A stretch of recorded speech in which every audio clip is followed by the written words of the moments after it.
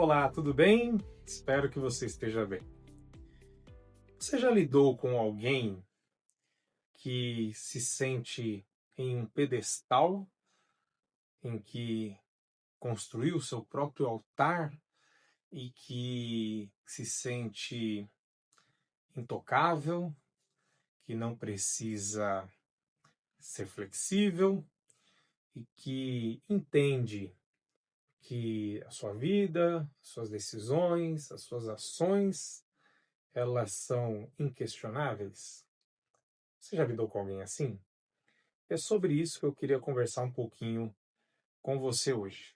Você cristão, você que acredita na palavra de Deus, você que frequenta uma igreja, mas você também que, embora não faça parte do mundo cristão, mas que viva essa situação nos seus dia a dia, seja no seu trabalho, seja nas suas relações.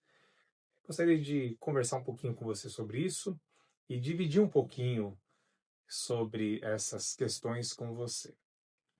Há alguns anos atrás, eu tive a oportunidade de atuar como funcionário público em um cargo de supervisão no metrô de São Paulo.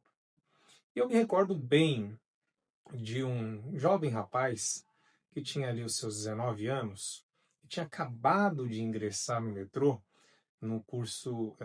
através de um concurso público, e foi trabalhar justamente ali na seção onde eu gerenciava, que era a manutenção dos trens, a manutenção do material rodante. E eu me recordo que em um determinado dia, quando eu entrei ali na sala dos técnicos, né, onde aquele rapaz trabalhava, e ele estava ali conversando com alguns colegas de trabalho, e a conversa dele era a respeito da sua irmã. Ele tinha uma irmã, morava na mesma residência que ele, seus pais, ele e a sua irmã. E eles frequentavam ali uma denominação religiosa, né? Que é uma denominação que não acredita, primeiro, na divindade de Cristo, não acredita na Trindade. Você deve saber qual é essa denominação religiosa, muito restrita, né? E eles eram membros dessa determinada religião. E eu me recordo que ele contando ali sobre as questões que envolviam ali a sua irmã, e ele disse que ela começou a estudar sobre a Bíblia, que ela começou a estudar sobre religião, sobre a história da religião, sobre a história do cristianismo, e em dado momento ela começou a indagar o seu pai sobre a conduta daquela denominação que eles frequentaram, né? E questionando se a conduta daquela denominação estava de acordo com a Bíblia, né? E ele ali relatando que o seu pai então levou aquela situação daquela jovem para os líderes daquela denominação, que chamam de anciões, né? E os anciões tomaram a seguinte decisão: de que ela seria removida daquela denominação religiosa, e que dentro da casa deles, né, ela poderia ficar morando ali naquela casa, né, ela poderia morar ali com seus pais, com seu irmão. Contudo, nenhum dos que ali moravam, né, pai, mãe, irmão, poderiam mais falar com ela. Você imagine a situação de desespero daquela moça. E aquele rapaz, relatando aquelas situações em que com seus colegas, eu ali ouvindo e observando, e ele disse que recentemente ela tinha tentado o suicídio, porque ela já não aguentava mais aquela situação, né? Em que o seu próprio pai, a sua própria mãe, o seu próprio irmão não falavam com ela, né? Ela era uma completa pessoa estranha naquele ambiente, ignorada o tempo todo, tudo por conta de uma situação de completo narcisismo, vamos colocar assim, religioso, que aquela denominação colocava, impunha aos membros ali que frequentavam ali. Eu não sei qual foi o desenrolar dessa história, porque pouco tempo depois eu saí ali do metrô, mas foi um fato que me chamou muita atenção, isso há 15 anos atrás. né? De como certas pessoas, né, que são ligadas a uma religião, né, e não à verdade bíblica, elas são capazes de criar situações completamente aversas à Bíblia, à palavra de Deus, e desumana até com algumas pessoas, no caso com essa moça. E relatos como esse, né, são comuns. Se você pesquisar aí na internet, se você fizer uma pesquisa ampla, você vai descobrir que não é algo isolado, é algo que, de certa forma, até mesmo é, é comum, infelizmente, e vários relatos você vai poder achar sobre isso. Mas o fato é que quanto maior a maldade no coração de alguém, quanto maior a mente maligna de alguém, mais inflexível essa pessoa será e mais ela vai exigir de você uma santidade, uma conduta, uma forma de agir, né, uma celeridade total em relação às doutrinas que aquela pessoa lhe prega, e isso é algo assim notório, né? Pessoas que regurgitam uma suposta santidade e uma suposta um suposto compromisso com uma religião, impondo aos outros, né, cargas às vezes tão e tão pesadas que ficam difíceis até das pessoas ali sobreviverem, né, a uma determinada situação. Nós temos outras situações também, por exemplo, de uma determinada denominação que ela não acredita no perdão. Então, se você errar naquela denominação, você é excluído, né? E as pessoas não podem mais falar com você, você não pode mais entrar naquela igreja. Você é tido como alguém assim imperdoável e alguém que não vai mais alcançar ali a salvação. Às vezes nós achamos que essas questões e essas situações elas são exclusivas de determinadas denominações. Mas será que nós enfrentamos isso com alguns líderes dentro da Igreja Reformada? É isso que eu gostaria de perguntar a você e de fazer com que você pensasse um pouquinho, né? Como eu disse agora há pouco, né? Quanto maior a maldade no coração de alguém, mais ela vai exigir de você que você seja uma pessoa íntegra, correta, entre aspas, pura, uma pessoa que não questione nada e que faça tudo aquilo que a pessoa ali disse. E a gente às vezes lida com certos líderes narcisistas dentro da igreja reformada que têm essa prática e que atuam dessa forma. Pessoas que, embora no púlpito preguem sobre a graça, na prática exigem ações para que, entre aspas ou em tese, né, as obras, você possa ali ser aceito ou você possa alcançar a salvação. É uma coisa estranha e que às vezes não passa, é despercebido por nós, né? Mas se você analisar com bastante critério, bastante calma, você vai perceber algumas coisas disso que eu estou te falando, né? Por exemplo, pessoas que gostam de suscitar sistemas ortodoxos, né? Uma ortodoxia ou um puritanismo, né? Que em nada tem a ver. Aliás, o puritanismo também, né? O puritanismo americano deixou marcas terríveis e que, se você estudar com bastante critério, você vai ver que houveram ali mortes, houveram ali situações de violência. Então, esse dito puritanismo não é um puritanismo. Pessoas que ali exigem ali que você guarde fielmente o domingo, né? Criticam a guarda do sábado pelos adventistas, mas que exigem que você guarde o domingo, que você não pode nem fazer o almoço no domingo, que você tem que se preparar no sábado, porque no domingo você é o dia do Senhor e você não vai poder ali fazer nada a não ser dedicar ao dia do Senhor, né? Então são situações que nós precisamos ali tomar um certo cuidado. Pessoas que têm essa ideia puritana ou essa ortodoxia, digamos assim, são pessoas ali inflexíveis, pessoas que farão de tudo para preservar a sua própria imagem, então nunca ela vai se aproximar de você se, de certa forma, a sua forma de viver, os seus erros, os seus pecados, possam trazer algum tipo de dano à imagem daquela pessoa. Mas o like, né, as visualizações ali no podcast, nas suas palestras, nas suas pregações, são algo que essa pessoa gosta, né? Eu queria aqui citar uma mensagem do reverendo Hernandes Dias Lopes, que eu assisti há um tempo atrás, que diz assim, que não existe hipócrita maior do que aquele que quer transmitir a você e exigir de você uma santidade quase que impossível de ser praticada.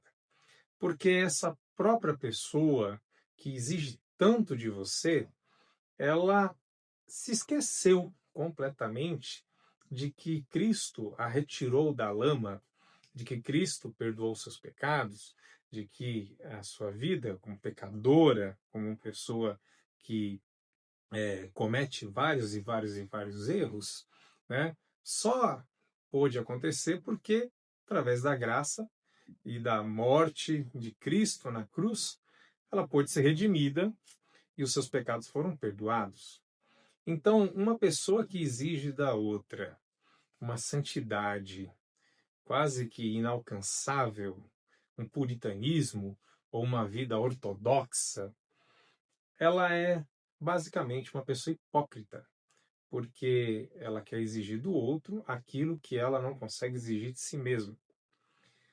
Todos nós, crentes, não crentes, nós temos uma coisa em comum chamada o telhado de vidro. Nós temos pecados, nós temos erros, nós temos inúmeras situações em que, por si só, pelas nossas próprias ações ou pela nossa própria forma de viver, seria impossível alcançarmos a salvação.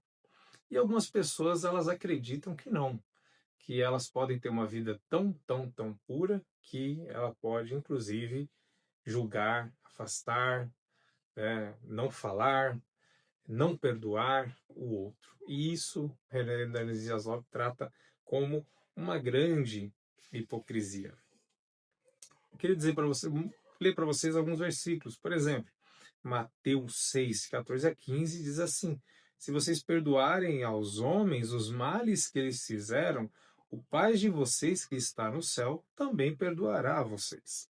Marcos 11, 25 diz assim: quando estiverem orando, perdoem tudo o que tiverem contra alguém, para que o Pai de vocês que está nos céus também perdoe os pecados de vocês. Mateus 18, 21 e 22 diz assim: Pedro pergunta a Jesus: quantas vezes perdoar? E Jesus responde: não até 7, mas até 70 vezes 7. Você deve se recordar de uma situação que aconteceu há pouco tempo lá com o famoso pastor calvinista, pastor Paulo Júnior, em que a severidade em que ele tratava os seus membros, os líderes daquela igreja, o fez cair, o fez ser afastado daquele ministério.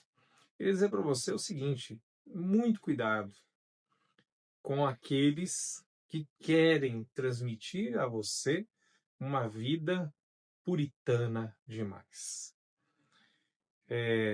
Uma das marcas dos santos, uma das marcas daquela pessoa regenerada, aquela pessoa que realmente é convertida, é a misericórdia. A misericórdia, ela faz parte da vida daquele que é regenerado, daquele que encontrou a Cristo, Porque ele entende claramente que ele também foi perdoado. Ele entende também que ele, por si só, não poderia ser salvo. E ele entende também que, por si só, o caminho dele seria a condenação e o inferno. Porque não há nada que ele poderia fazer para angariar a salvação. Então, esse reconhecimento de que ele é pecador, de que ela é pecadora, se transmite através da misericórdia a outro. Reverendo Hernandes Dias Lopes também cita, tá, que uma das marcas é o amor. A Bíblia fala assim que o amor encobre uma multidão de pecados. Então, quando você tem aquela pessoa dura, aquela pessoa inflexível, aquela pessoa que aquele irmão errou, e fala assim: não, não quero falar com você, não quero contato com você, você não é digno de estar aqui ao meu lado, você pode ter certeza que aquela pessoa tem ali um mundaréu, né, uma grande montanha de sujeira embaixo do tapete ali da sua vida, tá? Isso é algo que nós precisamos tomar algum cuidado. A Bíblia fala que não há um justo sequer que não tenha pecado. E a Bíblia fala assim também, lá em 1 João 1,9, que se confessarmos os nossos pecados, ele é fiel e justo para perdoar os nossos pecados e nos purificar de toda injustiça. Em Efésios 4,32 diz assim: sejam bondosos e tenham compaixão uns dos outros, perdoando-se como Deus os perdoou em Cristo. É, é difícil hoje, nesse mundo que nós vivemos, em que os homens se tornam cada dia mais amantes de si mesmos, né? É, presunçosos, jactanciosos, como a Bíblia diz que aconteceria no final dos tempos, né? São situações difíceis. Mas a Bíblia também nos alerta que haveriam lobos vestidos em peles de ovelhas. Como você, como eu, pecadores, pessoas que erram, pessoas que causam coisas tão terríveis, pode negar ao irmão o perdão e pode negar ao irmão uma conversa, pode negar ao irmão o entendimento. Essa é uma marca que nós precisamos nos atentar no meio cristão. Você imagine que você era jovem e aí você saiu com seus amigos e você fez um roubo, ou você matou alguém, ou você defraudou alguém, ou você era uma jovem e aí você se prostituiu, e você abortou, e você enganou, e você adulterou, e você traiu, e seja lá mais que coisa. E em dado momento na sua vida você encontra Cristo. E aí, encontrando a Cristo, você tem a sua vida mudada. Aí você passa a se vestir como crente, você passa a falar como crente. Se você roubar, você não rouba mais. Se você adulterar, você não adultera mais. Se você traía, você não trai mais. Se você mentia, você não mente mais. E aí você tem aquela sua vida de crente. E você toda vez fala: olha, Deus me mudou. Deus transformou a minha vida. Mas quando aquele teu irmão erra, você nega ao teu irmão o perdão, você nega ao teu irmão o diálogo, você nega ao teu irmão o convívio. Isso não é marca de um crente. A Bíblia fala assim que aquele que não nascer de novo não entrará no reino dos céus. Uma das marcas do verdadeiro crente é nascer de novo. E o que é nascer de novo? Não é simplesmente você se vestir como crente, ou você agir como crente, ou você falar como crente, ou você trabalhar na igreja, ou você ser como Nicodemos e você ter um destaque. Quantos e quantos líderes na igreja, pastores, presbíteros, professores de escola dominical, músicos e outros, que têm um destaque dentro da igreja, e que tanto fazem, mas que não nasceram de novo. Porque nascer de novo é você ter a sua mente e o seu coração regenerado. E uma das marcas daquele que realmente nasceu de novo é a misericórdia. Então, se você errou e você sabe o peso do erro e você sabe que nós temos um telhado de vidro, então você tendo a sua vida regenerada, você tendo a sua vida transformada, você nascido de novo, você não tem como negar aquele seu irmão o perdão e a conversa e o entendimento. Que fique aqui essa reflexão.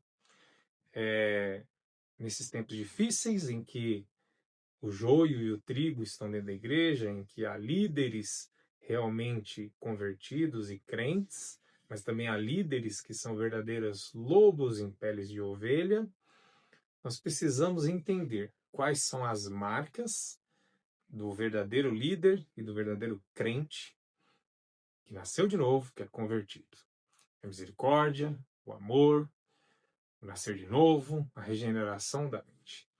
E não nos encantarmos com aqueles que, embora tenham uma boa eloquência, embora apareçam bem nos seus vídeos, embora dominem bem a teologia, embora sejam bons professores universitários ou de seminários, ou pastores influentes, ou presbíteros influentes, ou músicos influentes, não podemos achar que isso é simplesmente a marca de alguém que serve ao reino de Cristo e que realmente tem sua vida transformada.